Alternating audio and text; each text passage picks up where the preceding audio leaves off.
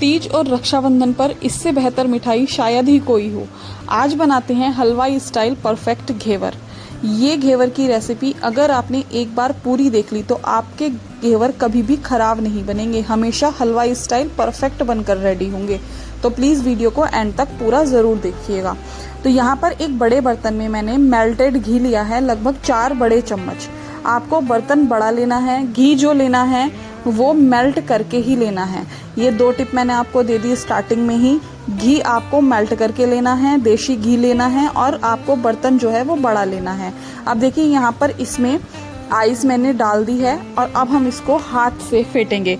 यहाँ पर आपको जो फेंटने का प्रोसेस करना है वो हाथ से ही करना है। अगर आप किसी भी विक्स की हेल्प से फेंटेंगे तो आपका उतना अच्छा रिजल्ट नहीं आएगा। तो यहाँ पर देखिए मैं घी को अच्छे से फेंट रही हूँ तो ये एकदम से जमेगा। आपको यहाँ पर इसको नहीं छोड़ना है, इसको लगातार फेंटते हुए बटरी कंसिस्टेंसी में लाना है। जिस तरीके से जो आपकी केक वाली क्रीम होती है ना, ये जब तक उस वाली फॉर्म में नहीं आ जाता तब तक आपको इसको छोड़ना नहीं है। देखिए अभी ये इस तरीके से हुआ है। जब आप इसको 5 से 7 मिनट लगातार फेंटेंगे ना तो ये बिल्कुल परफेक्ट कंसिस्टेंसी का हो जाएगा। तो इस तरीके से आपको इसको लगातार फेंटते रहना है। अब यहाँ पर आपको आगे मैं वो सारी और जो टिप्स हैं जो एक घेवर को एकदम परफेक्ट बनाती हैं वो सभी बताने वाली हूँ। जहाँ मैं जो स्टेप करूँगी उस स्टेप की जो टिप्स एंड ट्रिक्स हैं वो मैं साथ साथ देती चलूँगी। तो आप वीडियो को बिल्कुल भी स्किप मत कीजिएगा।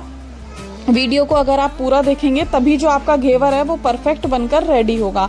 अब देखिए यहाँ पर आपको जिस कटोरी से मैदा मेज़र करनी है उसी कटोरी से आपको दूध मेज़र करना है, उसी कटोरी से आपको पानी मेज़र करना है। तो यहाँ पर जिस कटोरी से मैंने यहाँ पर कप लिया है, मेरे पास मेजरिंग कप है, तो मैंने उससे 1 कप मैदा ले ली है और उसको मैं थोड़ा थोड़ा करके घी के साथ मिक्स करूँगी। और बर्फ़ को मैंने अलग निकाल दिया था, जिस बर्फ़ से मैं घी को फेंट रही थी वो मैंने अलग कर दिया था। अब देखिए यहाँ पर हमें इसको इस तरीके से मिक्स करना है ताकि जो मैदा है वो घी के साथ अच्छे से मिक्स हो जाए। अगर आप एक साथ मैदा को मिक्स करेंगे तो जो घी है वो अच्छे से मिक्स नहीं होगा और जो घेवर के रिजल्ट्स हैं वो भी अच्छे नहीं आएंगे। अब देखिए यहाँ पर आपको एक चीज़ यूज करनी है जो बिल्कुल ऑप्शनल है, बेसन। 1 चम्मच आपको बेसन यूज़ करना है। ये टोटली ऑप्शनल है, अगर आपके पास है तो आप डाल दीजिए, नहीं है तो कोई इशू नहीं है। इससे घेवर की बनावट पे या घेवर की रेसिपी पे कोई भी फ़र्क नहीं पड़ता है। तो यहाँ पर देखिए मैं अब उसी कप से दूध ले रही हूँ और जो दूध है वो ना गुनगुना हो ना गर्म हो, एकदम चिल्ड। आप इसको 1 घंटे के लिए फ्रीज़र में रख दीजिए तो आपका जो दूध है वो एकदम चिल्ड हो जाएगा। तब आप इसको यूज़ करिएगा घेवर की रेसिपी के लिए। घेवर का जो बैटर है वो बिल्कुल चिल्ड होना चाहिए, तभी जो घेवर की जाली है वो अच्छे से बनती है। और इस घेवर में मैं लास्ट में एक ऐसी चीज़ मिक्स करूँगी जिससे जो घेवर की जाली है वो एकदम परफेक्ट बनती है। तो वीडियो को बिल्कुल भी स्किप मत कीजिएगा, मैं बार बार आपसे यही बोल रही हूँ। अब देखिए यहाँ पर उसी कप से मैंने पानी ले लिया है। पानी भी मेरा एकदम चिल्ड है, बर्फ़ वाला पानी मैं यहाँ पर यूज़ कर रही हूँ और एक विक्सर की हेल्प से इसे मिक्स कर रही हूँ ताकि जो भी मोटे मोटे लम्स हैं वो अच्छे से मिक्स हो जाएं और जो हमारा बैटर है वो लम्स फ्री बने। अब यहाँ पर जो घेवर के बैटर की जो कंसिस्टेंसी होती है वो एकदम फ्लोई होती है, लेकिन ऐसा भी नहीं कि बिल्कुल पानी होता है। तो आगे मैं आपको घेवर की कंसिस्टेंसी भी दिखाऊंगी कि किस तरीके की होनी चाहिए। अब देखिए यहाँ पर मैं इसको बैटर को जो है वो छलनी से छान लूँगी। इससे होगा क्या कि जो भी लम्स होंगे, जो भी थोड़े बहुत इसमें लम्स बचे हुए होंगे वो सारे ही इसके अंदर डिज़ोल्व हो जाएंगे। अच्छे से जो हमारा बैटर है वो लम्स फ्री हो जाएगा। तब जो इसका घेवर बनेगा वो एकदम परफेक्ट बनकर तैयार होगा। कोई बता भी नहीं पाएगा कि ये घेवर हमने घर पर बनाकर रेडी किया है। अब देखिए पानी भी मैंने इसमें सारा यूज़ कर लिया है। अब इस घेवर के बैटर को हम लगभग 15 से 20 मिनट के लिए फ्रिज में रख देते हैं और अब हम बनाएंगे घेवर पे लगने वाली मलाई। इस मलाई को मैं लगभग 15 से 20 मिनट में बनाकर तैयार कर लूँगी। बहुत ही आसान है इस मलाई को बनाना। इस पे मलाई लगती है ना कि मावा लगता है। तो आप इसको भी पूरा देखिएगा, मैं बताऊँगी स्टेप बाय स्टेप।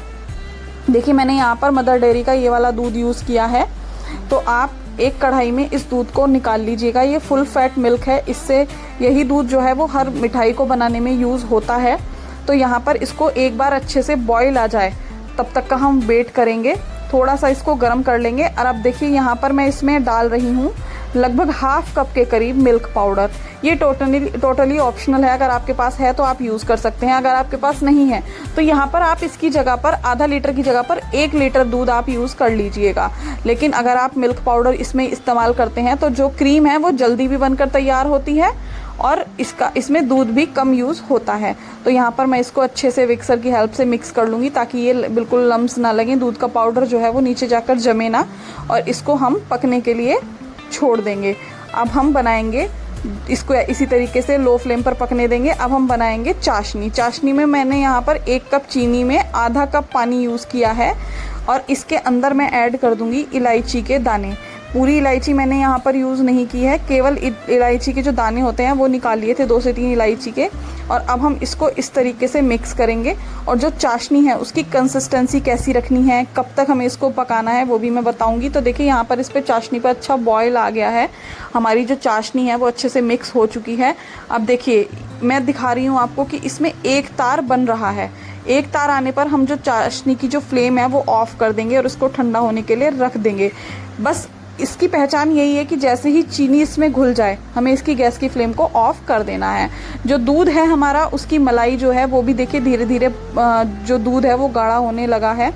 और देखिए जो हमारा मलाई थी वो बिल्कुल बनकर रेडी है। इतनी गाढ़ी हमारी जब मलाई हो जाएगी तो हमें गैस की फ्लेम को ऑफ़ कर देना है। और अगर यहाँ पर मैंने मिल्क पाउडर यूज़ किया था इसलिए मैंने इसमें चीनी नहीं ऐड की है। अगर आप चीनी ऐड कर रहे हैं तो इस स्टेज पर जब आपकी मलाई आ जाए तब आपको चीनी ऐड करके इसको 2 से 3 मिनट और पकाना है और बस आपकी जो मलाई है वो भी रेडी हो जाएगी। अब देखिए यहाँ पर मैंने एक बड़े परात के अंदर पानी लेकर उसमें बहुत सारी आइस क्यूब ऐड कर दी हैं और बैटर को भी फ्रिज से निकाल लिया है। और जो बैटर की कंसिस्टेंसी है वो मैं आपको दिखा रही हूँ कि करछी पर एक कोट हो रहा है, इतनी गाढ़ी होनी चाहिए। बस हमें इसको इसी तरीके से रखना है और अगर आपको लगे कि ये ज़्यादा गाढ़ी हो गई है तो थोड़ा सा पानी आप इसमें ऐड कर सकते हैं, वो भी चिल्ड होना चाहिए। अब मैं इसमें आधा नींबू का रस निचोड़ दूँगी। यही वो टिप है जिससे जो आपके घेवर की जाली हैं वो बिल्कुल मस्त बनकर तैयार होती हैं, एकदम हलवाई स्टाइल। कोई बता भी नहीं पाएगा डिफरेंस कि ये आपने घर पर बनाया है। तो इस तरीके से आप नींबू निचोड़ने के बाद इसको अच्छे से मिक्स करेंगे और आपका जो बैटर है वो एकदम से तैयार हो जाएगा घेवर बनाने के लिए। बस इसको हमें ठंडा रखना है और तेल को एकदम गर्म रखना है। 2 बातें ध्यान रखनी है, बैटर एकदम ठंडा और तेल एकदम गर्म। देखिए तेल पर इस तरीके से बुलबुले आ रहे हैं और अब मैं इसमें 1 चम्मच ले लूँगी, जिससे हम खाना खाते हैं वो वाली चम्मच ले लूँगी और ऊपर से हमें इसको धार बनाते हुए बैटर को डालते जाना है। और तेल हमें पतीला जो भी आप जिसमें लेंगे, बिना मोल्ड के मैं बना रही हूँ तो यहाँ पर मैंने एक पतीले में बना रही हूँ इसको। आप फ्राई पैन में भी बना सकते हैं। और तेल को जो है आधा से कम लेवल पर रखना है। जितना बड़ा आपका बर्तन है उसमें जो आधा लेवल होगा उससे कम रखिएगा तेल को। जब हम इसमें बैटर डालते हैं तो तेल एकदम से उबल कर आता है तो वो नहीं उबलेगा अगर आप तेल का जो लेवल है वो थोड़ा सा कम रखेंगे। और जैसे ही आप डालेंगे, जैसे ये झाग शांत होंगे वैसे ही आप इसमें बीच में फिर डाल दीजिएगा। जो घेवर का बैटर है वो हमें बिल्कुल बीचों बीच डालना है, साइडों में नहीं डालना है, बिल्कुल बीचों बीच डालना है। और आप देखते होंगे अगर आपने कभी घेवर ट्राई किया होगा और आपके साथ ये प्रॉब्लम आई है कि जो बैटर है वो नीचे जाकर बीच में सेट हो जाता है, तो उसका यही रीज़न होता है।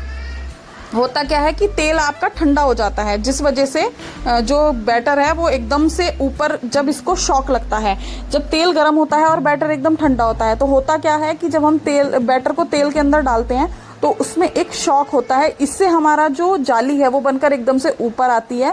अगर आपका तेल थोड़ा भी ठंडा हो जाएगा तो जो बैटर है वो नीचे जाकर बैठ जाएगा। तो आपको ये बात हमेशा ध्यान रखनी है कि जो बैटर है वो एकदम ठंडा होना चाहिए और जो तेल है वो एकदम गर्म होना चाहिए। अगर आपको लग रहा है बीच में कि आपकी लेयर्स जो हैं वो अभी मोटी नहीं हुई होगी और आपका जो घेवर है वो ब्राउन होने लग जाए तो आप फ्लेम को हाई टू मीडियम कर सकते हैं, लेकिन आपको बिल्कुल लो गैस कभी भी नहीं करनी है। और ये बैटर आपको लगभग डालते जाना है। लगभग आपको एक चक्कर बनाने के लिए लगभग 30 से 35 बार आपको चम्मच से बैटर डालना होगा, तब आपकी जो बैटर उसकी घेवर की थिकनेस है वो अच्छी से आएगी। अब जब आप अच्छे से बैटर को पोर कर दें और आपको लगे कि आपके जो घेवर की थिकनेस है वो अच्छे से हो चुकी है तो आपको एक नाइफ़ की हेल्प से इस तरीके से इसको साइड से स्क्रैप करना है और जो घेवर है वो इजीली इससे बाहर आ जाएगा। बीच में से आपको इस तरीके से इसको एक बार नीचे करके अच्छे से सेक लेना है, ताकि जो घेवर की जो लेयर्स हैं वो इवनली सिक पाएँ। ऐसा ना हो कि ऊपर से एकदम गोल्डन, नीचे से एकदम गोल्डन हो जाए, ऊपर से ना सीखे। तो इस तरीके से आप घुमा घुमा कर इसको अच्छे से ऑयल में सेक सकते हैं। इस तरीके से जो आपका घेवर है वो एकदम परफेक्ट बनकर तैयार होगा, कभी भी ख़राब नहीं होगा। अब इस जैसे आपको लगे कि आपका जो घेवर है वो अच्छे से ब्राउन हो चुका है, तो आप घेवर को बीच में से उठाकर इस तरीके से निकाल सकते हैं। इस तरीके से आप इसको उठाएंगे तो जो आपका घेवर है वो बिल्कुल बढ़िया तरीके से बाहर आ जाएगा। और देखिए घेवर की जो लेयर है वो बिल्कुल बढ़िया तरीके से पक चुकी है। और एक कप से मैंने यहाँ पर 3 लेयर जो हैं वो 3 चक्कर जो हैं घेवर के बना लिए हैं। अब हम घेवर को असेंबल करेंगे। तो एक प्लेट में आप घेवर को रखिए और उसके ऊपर से इस तरीके से चाशनी को डालते जाइए। इस तरीके से अच्छे से चाशनी में आप डिप कर सकते हैं। अगर आपने चाशनी जो है वो किसी कढ़ाई में या किसी बड़े बर्तन में बनाई है तो आप घेवर को पूरा उसमें भी डिप कर सकते हैं, ताकि उससे में चाशनी अच्छे से चली जाए। अब इस तरीके से हम स्पून की हेल्प से इसके ऊपर लगाएंगे मलाई। अच्छे से आपको मलाई लगानी है। मार्केट से अगर आप घेवर लेने जाते हैं तो आपको लगभग 200 या 250 रुपये में एकदम प्योर घेवर अगर आप लेने जाएंगे तो 200 या 250 रुपये में एक चक्कर मिलता है, जो एकदम ख़त्म हो जाता है। लेकिन घर पर अगर आप बनाएंगे तो 200-250 रुपये में लगभग आप 4 से 5 घेवर बनाकर तैयार कर लेंगे। बस थोड़ी सी मेहनत है, लेकिन जब ये मेहनत का रिजल्ट आपको मिलता है ना तो खाने में मज़ा ही आ जाता है। तो इस रक्षाबंधन या फिर तीज अपने घर पर बनाइए ये घेवर की रेसिपी, और मुझे कमेंट बॉक्स में ज़रूर बताइएगा कि आपका घेवर कैसा बना। और आपको अगर मेरी रेसिपीज़ पसंद आती हैं तो प्लीज़ मेरी वीडियो को लाइक शेयर ज़रूर कीजिए। और प्लीज़ आंचल्स इंडियन किचन को सब्सक्राइब करना बिल्कुल भी मत भूलिएगा। और मिलते हैं अगली एक और नई इंटरेस्टिंग रेसिपीज़ के साथ। Thank you so much.